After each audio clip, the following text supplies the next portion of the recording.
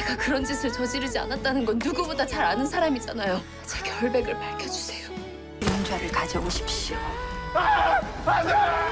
궁궐안은 큰 혼란에 휩싸였습니다. 진명대군이 해가 저물 무렵 갑자기 의식을 잃고 쓰러졌기 때문입니다.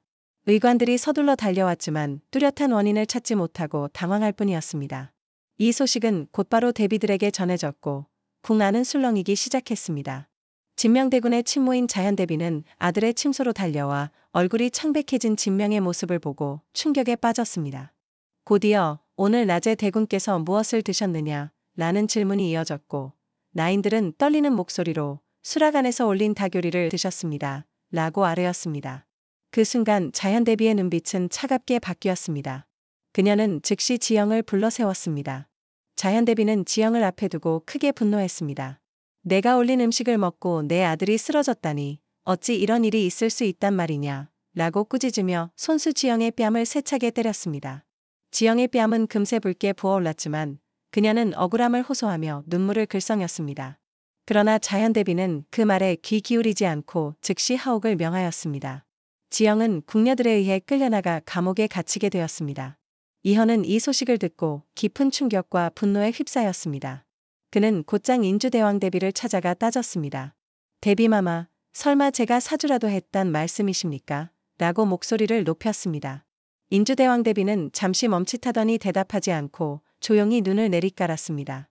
그리고 이현을 돌려보낸 후 측근 궁녀에게 낮은 목소리로 속내를 드러냈습니다. 절대 주상이 했을 리 없다. 인주대왕대비는 혼잣말처럼 중얼거렸습니다. 그러나 그녀의 눈빛에는 단순한 확신이 아닌 불안이 섞여 있었습니다. 이어서 곧바로 궁녀를 똑바로 바라보며 지시했습니다. 이 일의 배후를 반드시 찾아내라. 궁녀는 고개를 숙이며 곧장 움직였습니다. 자현대비는 아들의 병세가 위중하다는 소식을 들은 뒤 분노에 휩싸였습니다. 그녀는 지영을 감옥에 가둔 것으로는 분이 풀리지 않았습니다. 결국 지영을 직접 불러내어 고문을 명하였습니다. 차가운 형틀 위에 묶인 지영은 이미 손목이 붉게 부어올랐습니다. 자현대비는 냉정한 눈빛으로 바라보며 말했습니다. 너의 입으로 말하라. 내 손으로 올린 음식에 독이 들어갔음을 인정하라. 그렇지 않으면 이 고통은 끝나지 않을 것이다. 지영은 흐느끼며 고개를 저었습니다. 소첩은 결코 독을 쓰지 않았습니다. 전하의 은혜를 입은 몸이 어찌 반역을 꾀하겠습니까? 그러나 자현대비의 얼굴은 돌처럼 굳어 있었습니다.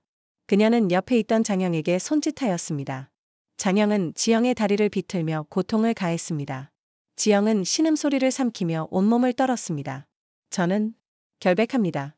제발 믿어주십시오. 그녀의 목소리는 점점 가늘어졌습니다. 그날 밤 이현은 몰래 감옥을 찾았습니다. 차가운 돌방 안에서 지영은 축 늘어진 채 앉아 있었고 손목과 발목에는 고문의 흔적이 남아 있었습니다. 이현은 문 앞에서 그 모습을 보고 순간 숨이 막혔습니다. 연숙수, 어찌 이 지경이 되었느냐. 그는 떨리는 손으로 그녀의 어깨를 부드럽게 붙잡았습니다. 지영은 힘겹게 눈을 들어 이현을 바라보며 속삭였습니다.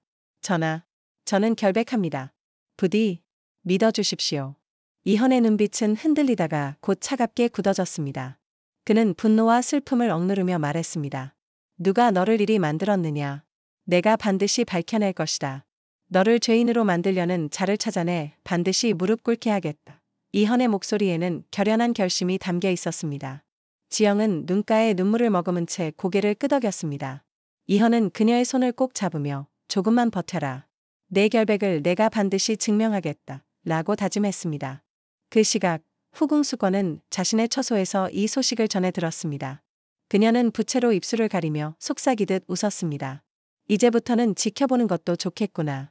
대군이 쓰러지고 연숙수가 죄인이 되었으니 전하의 마음도 흔들리겠지. 그 웃음은 교활했고 음모가 뜻대로 흘러간다는 확신에 차 있었습니다. 그러나 이현은 상황을 쉽게 받아들이지 않았습니다.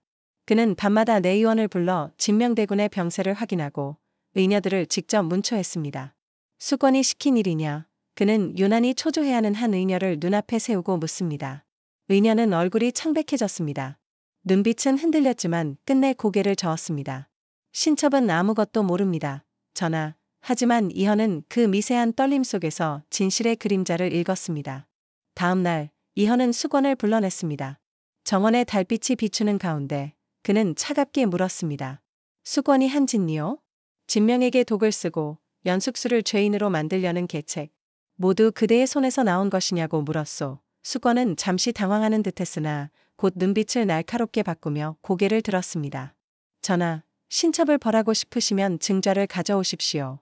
그저 의심만으로 신첩을 나무란다면 오히려 전하의 이름을 더럽히는 것이옵니다. 그녀의 눈빛은 두려움보다 오만함에 가까웠습니다. 옥에 갇힌 지영은 차가운 돌바닥 위에서 기력을 잃고 있었습니다. 손목은 붉게 쓸리고 옷자락은 먼지와 피로 얼룩졌습니다.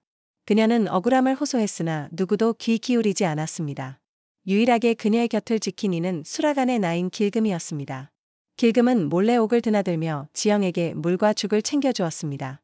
아가씨, 아무것도 못 드시면 쓰러져 버리십니다. 제발 한 숟갈이라도 넘기셔요. 지영은 흐릿한 눈빛으로 길금을 바라보다가 겨우 입술을 떨며 죽을 받아 삼켰습니다. 그 순간 길금의 눈에는 눈물이 맺혔습니다. 진명대군은 하루가 다르게 기력을 잃어가며 병상에서 신음을 토했습니다. 결국 진명대군은 깊은 밤 조용히 숨을 거두었습니다. 순간 자연대비의 울음이 대궐을 뒤흔들듯 울려 퍼졌습니다. 진명대군, 정신을 차려보시게. 진명대군, 그녀의 절규는 한 어머니의 비통한 심정을 그대로 드러내고 있었습니다. 지영은 여전히 옥에 갇혀 있었습니다. 그녀는 진명대군의 죽음을 전해 듣고 무너져 내렸습니다. 어린 대군께서. 결국 그녀의 눈가에 굵은 눈물이 흘러내렸습니다. 억울함보다 더 크게 다가온 것은 어린 생명을 지켜내지 못했다는 죄책감이었습니다. 조정은 급히 회의를 열었습니다.